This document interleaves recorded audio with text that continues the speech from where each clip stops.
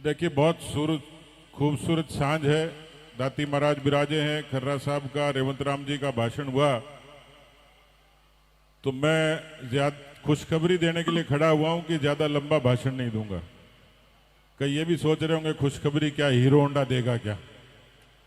लेकिन खुशखबरी यह है कि मुझे आप लोगों की मुद्रा देख के एक किस्सा याद आ गया। एक बार मेरी जैसे किसी नेता को बुला लिया एक सभा में, भाषण देते देते 5 मिनट हुई, 10 मिनट हुई, आधा घंटा हुआ।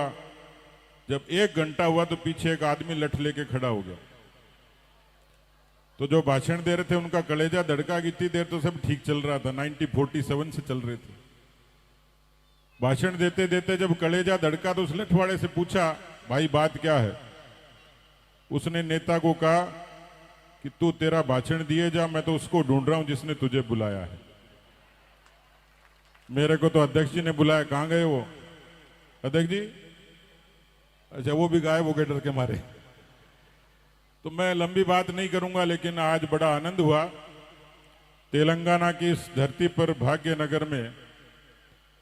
यहां राजस्थान की वो किसान कौम विराजी है, माताएं बहनें बैठी हैं, सम्मानित बुजुर्ग नौजवान भाई हैं।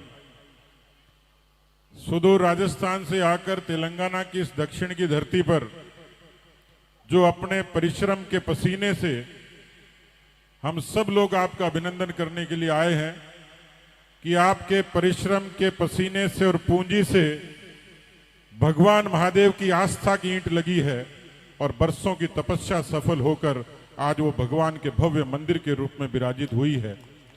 मैं समझता हूं, जिसका जिक्र अभी महाराज कर रहे थे, केवल एक व्यक्ति नहीं, एक गांव नहीं, एक प्रदेश नहीं, दुनिया का सबसे बड़ा पूंजीपति और विकसित देश जो बुद्धि के मामले में, पूंजी के मामले में, कौशल के मामले में दुनिया में अव्वल माना जाता है, वो भी ड्रोन से निगरानी कर रहा है कि हिंदुस्तान में ये आस्था का कैसा सैलाब है। 50 करोड़ से भी ज्यादा लोगों ने प्रयागराज के कुंभ में डुबकी लगाकर अपने आस्था को ताकत दी है। आप सब लोग राम को मानते हो, मानते हो कि नहीं मानते हो?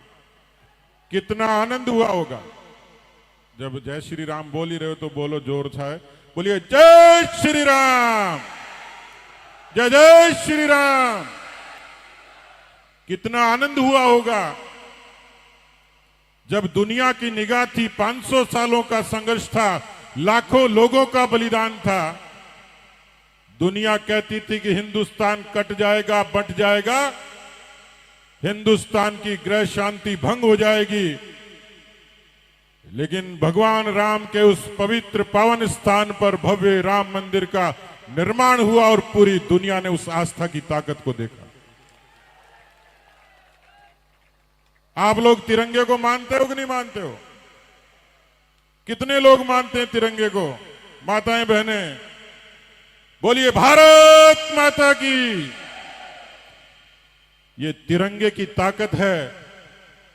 140 करोड़ देशवासियों के प्रधानमंत्री की कुर्सी को दुनिया के सबसे बड़े देश का राष्ट्रपति सम्मान के साथ खींचकर खड़ा होता है। ये कोई सामान्य बात नहीं। ये देशभक्त कौम मेरे सामने बैठी है, जिस कौम का जाया किसान जब धरती पर हल चलाता है तो उसकी पसीना जब गिरता है तो ये धरती अन्नपूर्णा होती है। उसी किसान के कौम में जाया हुआ जब सीमा पर लड़ता है तो इस भारत माता की आन बान शान की रक्षा होती है।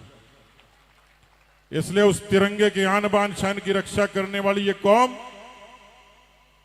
जब आस्था के लिए जुट जाती है तो भाग्यनगर में विशाल शिव मंदिर का निर्माण करती है। मैं अभी 10 तारीख को मातृकुंडिया में था, चित्तौड़ में। मुझे बताया कि 25 बरस बाद मंदिर का निर्माण पूरा हुआ है।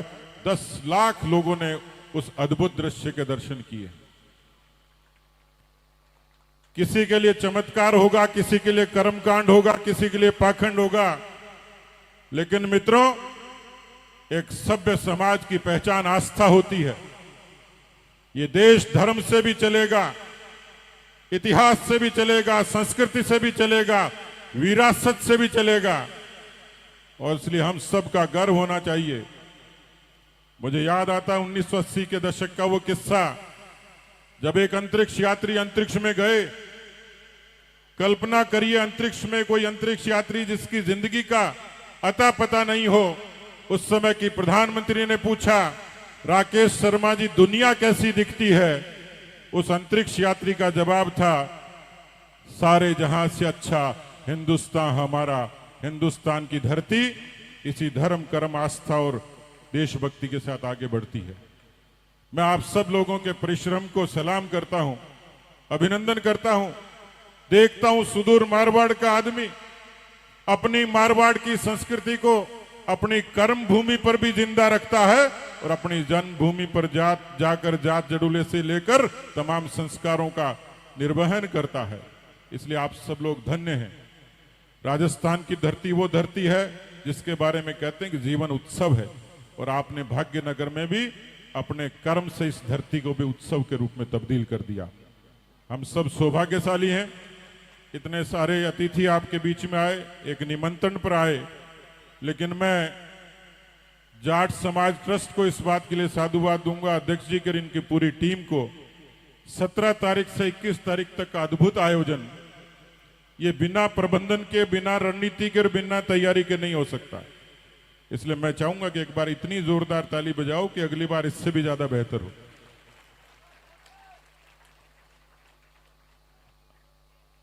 अब मैं आप सबका बहुत बहुत आभारी हूं। हम सब लोग आपसे आशीर्वाद लेने के लिए आए हैं। आप सब लोगों का आशीर्वाद हमारी ताकत है कि समाज और राजनीति में हम लोग मजबूती से काम करें। मैं अपनी बात को खत्म करूंगा, क्योंकि मैं जब आया था तो इधर माताओं बहनों का पंडाल पूरा भरा हुआ था। धीरे धीरे सब जाने लग गए क्योंकि देरी हो गई। एक बार ऐसे ही किसी एक कार्यक्रम में धीरे धीरे लोग खिसकने लग गए, कोई आगे से, कोई पीछे से, कोई दाएं से, कोई बाएं से। आखिर में 2 लोग बचे, एक भाषण देने वाला और एक भाषण सुनने वाला। नेताजी को दया आ गई, नीचे उतरे, उसके गले मिले कि और तो सब दगाबाज निकले, तू मेरा सच्चा भाई है। फिर उसके कान में पूछा, पर यार एक बात बता, सब चले गए, तू कैसे टिका रहा? उसने कहा, भाई साहब मैं तो माइक वाला हूं, टेंट वाला हूं। इंतजार कर रहा था कि कब नेताजी का भाषण खत्म हो, कब अपनी दरी समेट के दुकान पे वापस ले जाऊं। तो मैं अपनी बात को खत्म करता हूं। आप सब लोगों को बहुत बहुत धन्यवाद। जय हिंद, जय भारत। तालियां बजाकर